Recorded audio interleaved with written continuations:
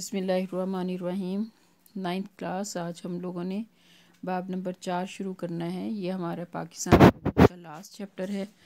اس کا نام ہے خواتین کو با اختیار بنانا۔ اس چیپٹر کو پڑھنے کا مقصد ہمارا کیا ہے؟ اس چیپٹر کو پڑھنے کا ہمارا مقصد ہے کہ قرآن و سنت کی روشنی میں ہم اسلام میں خواتین کے حقوق کی مختصر تاریخ بیان کر سکیں گے۔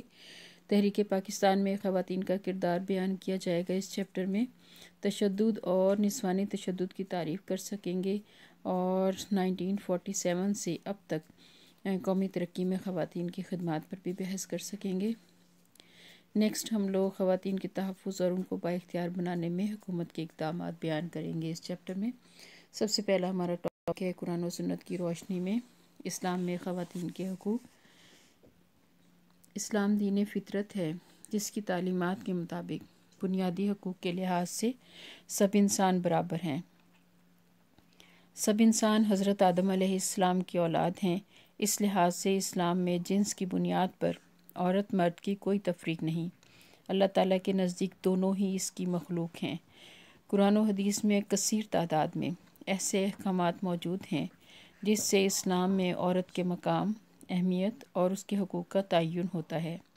چنانچہ اللہ تعالیٰ فرماتے ہیں کہ اے لوگو، اپنے پروردگار سے ڈرو جس نے تم کو ایک شخص سے پیدا کیا، یعنی اول اس سے اس کا جوڑا بنایا، پھر ان دونوں سے کثرت سے مرد اور عورت پیدا کر کے روئے زمین پر پھیلا دیے۔ عورت وہ لفظ ہے جو انسان کو عزت و حرمت سے آگاہ کرتا ہے، جس کے وجود سے کائنات میں رنگ ہے۔ تمام مذاہب بشمول اسلام ہر قسم کے نسوانی تشدد کی مذمت کرتے ہیں۔ اسلام نے خواتین کو حکومت، سیاست، قیادت، انتظامات اور مشاورت سمیت زندگی کے تمام شعبوں میں اہم ذمہ داریاں سونپ دیں۔ اکثر عورتیں اس تصور کی بنا پر تشدد کا شکار ہوتی ہیں کہ وہ مردوں کی نسبت کم تر ہیں۔ بہرحال یہ قرآن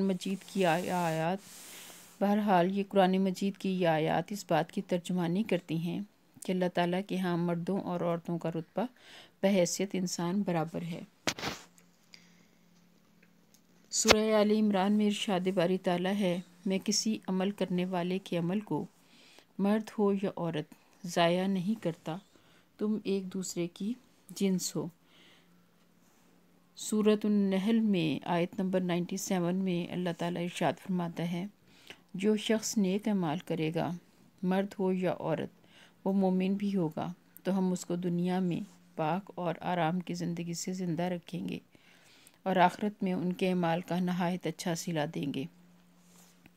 عرب معاشرے میں اسلام کی آمد سے پہلے دور جاہلیت میں لڑکی پیدا ہونے پر اسے زندہ درگور کر دیا جاتا تھا۔ اسلام نے لڑکی کو رحمت بنایا اور گھر کا سکون بنایا۔ اسلام کا سورج طلوع ہوا تو عورت کو ظلم کے ان اندھیروں سے نجات ملی۔ اسلام نے عورت کو ذلت سے چھٹکارا دلا کر عزت و حرمت سے نوازا۔ عورت کو زندہ دفنانے کی جاہلانہ رسم ختم ہوئی۔ اسلام نے ہی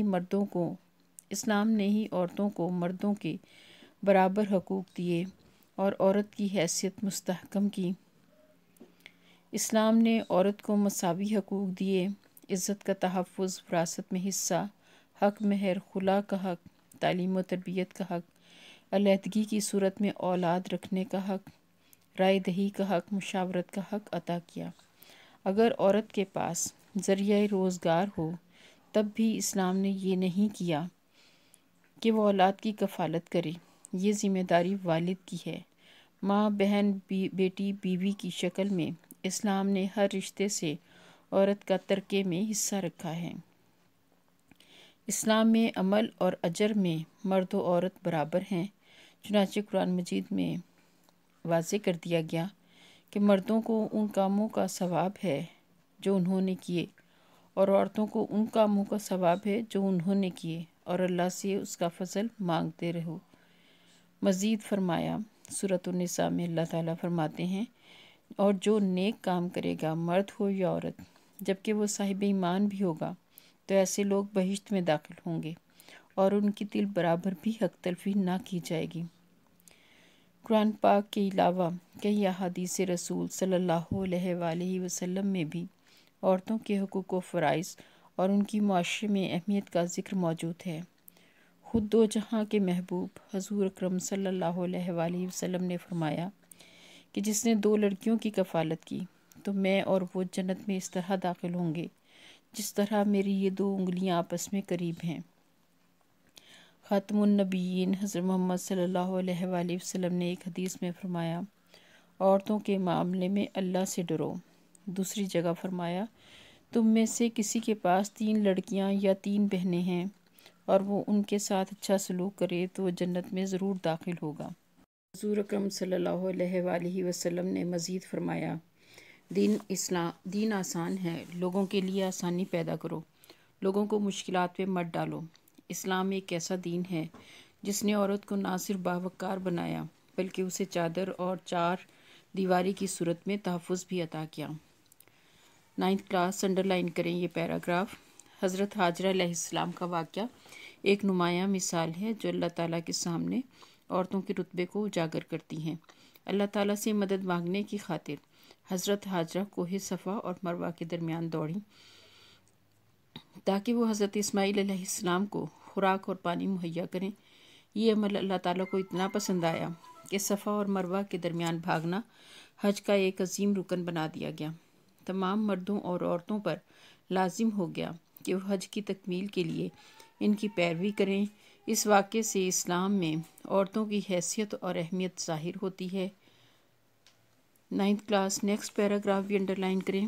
حضور پاک صلی اللہ علیہ وآلہ وسلم کی پہلی زوجہ حضرت خدیجہ رضی اللہ تعالی عنہا جزیرہ نما عرب کی ایک دولت مند خاتون تھی۔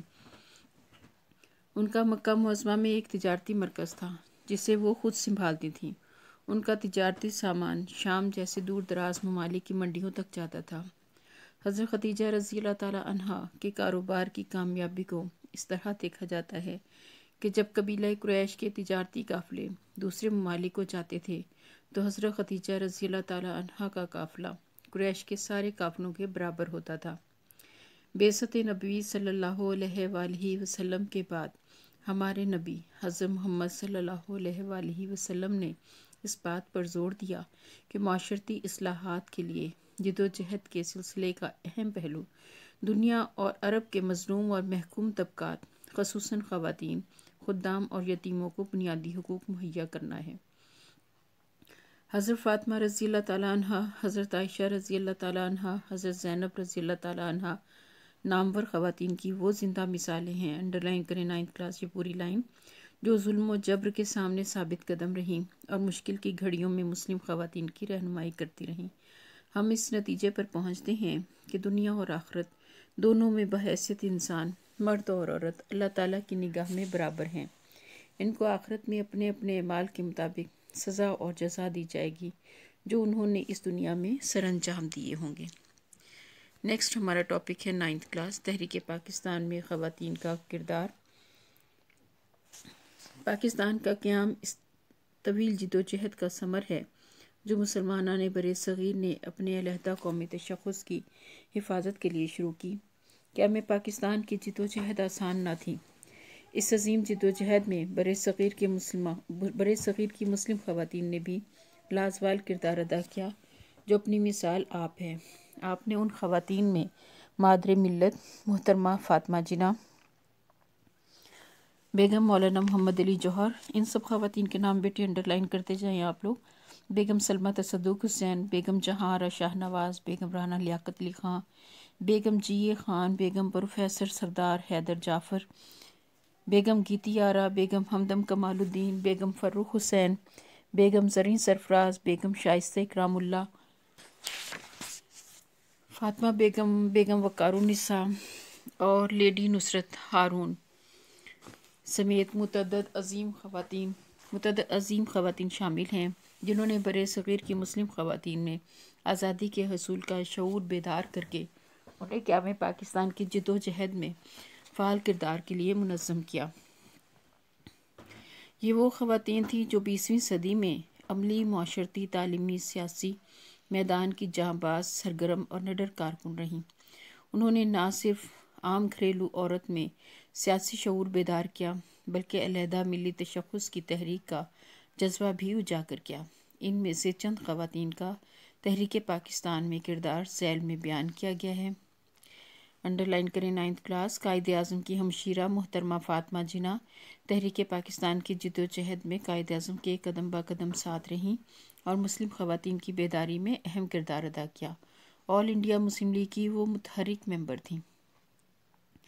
بیگم سلمہ تصدق حسین نے مسلم لیگ کے شعبہ خواتین کے قیام کے بعد مسلم خواتین کو مسلم لیگ کی رکن بنانے کی مہم میں بھرپور حصہ لیا۔ انڈرلائن کریں 9th کلاس۔ مارچ 1940 میں لاہور میں منعقدہ مسلم لیگ کے اجلاس میں شرکت کے لیے آنے والی سیاسی رہنماؤں کی بیگمات اور خواتین وفود کی میزبانی کا فریضہ انجام دیا اور پنجاب خواتین مسلم لیگ کی جوائنٹ سیکرٹری منتخب ہوئیں۔ نیکسٹ انڈرلائن کریں 9th کلاس۔ سول سیکریٹریٹ پر مسلم لیگ کا جھنڈا لہرانے والی فاطمہ صغریٰ تحریک پاکستان کی فعال رکن تھیں۔ اس وقت ان کی عمر فقط 14 برس تھی۔ انہیں حراست میں لے لیا گیا، مگر اس باہمت لڑکی نے ہمت نہ ہاری اور مسلم خواتین کو متحرک کرتی رہیں۔ بیگم شائستہ اکرام اللہ مسلم گرلز فیڈریشن تنظیم کی روح رواں تھیں۔ اس زمانے میں نوجوان لڑکیوں کو منظم کرنا کوئی آسان کام نہ تھا، مگر اس دشوار مرحلے پر آپ نے ہمت نہ ہاری اور ہندوستان بھر کی طالبات کو منظم کرنے میں اپنا کردار ادا کیا۔ انڈرلائن کریں 9th کلاس۔ بیگم رانا لیاقت علی خان پاکستان کی پہلی خاتون اول پاکستان کے پہلے وزیر اعظم لیاقت علی خان کی بیگم تھیں۔ انہوں نے قیام پاکستان کے بعد مہاجرین کے بحالی کے لیے خدمات انجام دیں۔ وہ سندھ کی پہلی خاتون گورنر تھیں۔ پاکستان بننے سے قبل آپ نے عورتوں کی ایک تنظیم آل پاکستان وومنز ایسوسی ایشن اپوا قائم کی۔ وہ ہالینڈ اور اٹلی میں پاکستان کی سفیر بھی رہیں۔ تحریک پاکستان کی رہنما بیگم مولانا محمد علی جوہر نے اپنی خوش دامن بی اماں کے ہمراہ تحریک خلافت میں بھرپور حصہ لیا۔ انہوں نے نہ صرف خواتین بلکہ مردوں میں بھی سیاسی شعور بیدار کیا۔ بیگم جہاں آرا شاہ نواز علامہ اقبال کے گہرے دوست بیرسٹر شاہ نواز کی اہلیہ تھیں۔ 1930 میں گول میز کانفرنسوں میں شرکت کے لیے لندن گئیں، پھر دوسری اور تیسری گول میز کانفرنسوں میں بھی خواتین کی نمائندگی کی۔ وہ مسلم خواتین میں سیاسی بیداری پیدا کرنے کے لیے All India Muslim League Women Committee کی رکن بنی۔ 1940 میں لاہور میں مسلم لیگ کے تاریخی اجلاس میں شریک ہوئیں۔ لیڈی نصرت ہارون نے بھی تحریک خلافت میں بھرپور حصہ لیا۔ انڈرلائن کریں 1925 میں انہوں نے کراچی میں اصلاح الخواتین کے نام سے ایک انجمن قائم کی، جسے کراچی میں مسلمان خواتین کی پہلی انجمن ہونے کا اعزاز حاصل ہے۔ مختصراً تحریک پاکستان میں خواتین نے کئی رکاوٹوں کے باوجود اہم کردار نبھائے۔ نیکسٹ ہمارا ٹاپک ہے 9th کلاس۔ قیام پاکستان 1947 سے عہد حاضر تک قومی ترقی میں خواتین کی خدمات۔ انڈرلائن کریں گے 9th کلاس۔ اس میں سے کافی چیزیں انڈرلائن کرتے جائیں گے آپ لوگ۔ 2017 کی مردم شماری کے مطابق پاکستان کی قریباً نصف آبادی خواتین پر مشتمل ہے۔ خواتین کسی بھی قوم کی تعمیر و ترقی میں اہم ترین حیثیت رکھتی ہیں۔ وہ ان نسلوں کی امین ہیں جنہوں نے ملک کو استحکام بخشا۔ پاکستان میں ہر شعبہ زندگی میں وہ اپنی صلاحیتوں اور کارکردگی کے جھنڈے گاڑ رہی ہیں۔ میڈیا پر جس تیزی سے انہوں نے اپنا کردار سنبھالا ہے وہ انہی کا خاصہ ہے۔ تعلیمی دستگاہوں سے لے کر ایوان سیاست تک ہماری پرعزم خواتین نے اپنے نام روشن کیے ہیں۔ پاکستان کی خواتین اپنے ملک کی تعمیر و ترقی اور سماجی بہبود کے لیے اپنا بھرپور کردار ادا کر رہی ہیں۔ ملک میں عام لوگوں کی فلاح و بہبود اور بہتری کے لیے خواتین انفرادی اور اجتماعی طور پر خلوص نیت سے سرگرم عمل ہیں۔ خصوصی بچوں کے سکول ہوں، بوڑھے لوگوں کے لیے سر چھپانے کی جگہ ہوں، نادار عورتوں کے لیے دستکاری سکھانے کے ادارے ہوں، ان سے وابستہ ہماری عورتیں اپنی ہمت اور بساط سے زیادہ کام کرتی ہیں۔ خواتین کسی بھی حوالے سے مرد سے پیچھے نہیں ہیں، بلکہ معاشرے میں خواتین کا کردار دوہری اہمیت کا حامل ہے۔ انڈرلائن کریں قیام پاکستان میں محترمہ فاطمہ جناح کا کردار کسی سے ڈھکا چھپا نہیں ہے۔ پاکستان کی تاریخ کے سب سے پہلے صدارتی انتخابات جو کہ جنرل محمد ایوب خان نے کروائے 2 جنوری 1965 کو منعقد ہوئے۔ ان انتخابات میں محترمہ فاطمہ جناح نے جنرل ایوب خان کے مقابلے میں انتخابات میں حصہ لیا۔ انڈرلائن کریں، محترمہ بے نظیر بھٹو 2 مرتبہ پاکستان کی وزیر اعظم بنی۔ ان کے علاوہ خواتین عدالتوں میں بطور جج اور وکیل کام کرتی نظر آتی ہیں۔ انڈرلائن کریں، فیصل آباد کی ایک لڑکی عرفہ کریم نے 9 سال کی عمر میں کمپیوٹر ٹیکنالوجی میں اعلیٰ قابلیت کا سرٹیفکیٹ حاصل کیا۔ آج وہ ہم میں زندہ نہیں ہیں۔ ملک کے بینکوں اور اہم اداروں میں بھی خواتین اپنا بھرپور کردار ادا کر رہی ہیں۔ انڈرلائن کریں گے، مثلاً ایک خاتون doctor Shamshad Akhtar state bank of Pakistan کی گورنر رہ چکی ہیں۔ ایسی خواتین کی ایک طویل فہرست ہے۔ نیکسٹ ہم دیکھتے ہیں 9th کلاس سماجی شعبے میں محترمہ بلقیس ایدھی کئی دہائیوں سے لاکھوں پاکستانیوں کی زندگیوں میں بہتری لانے میں مصروف عمل ہیں۔ بلقیس ایدھی نے اپنی پوری زندگی پاکستان کے نہایت پسماندہ، دکھی اور بے سہارا لوگوں کی خدمت میں صرف کر دی ہے۔ بلقیس ایدھی پاکستان کی حکومت سے انڈرلائن کریں تمغۂ امتیاز حاصل کر چکی ہیں۔ محترمہ بلقیس بانو ایدھی عبدالستار ایدھی کی بیوہ اور ایدھی فاؤنڈیشن کے علاوہ بلقیس ایدھی فاؤنڈیشن کی بھی سربراہ ہیں۔ حکومت پاکستان نے انہیں انڈرلائن کریں ہلال امتیاز سے نوازا ہے۔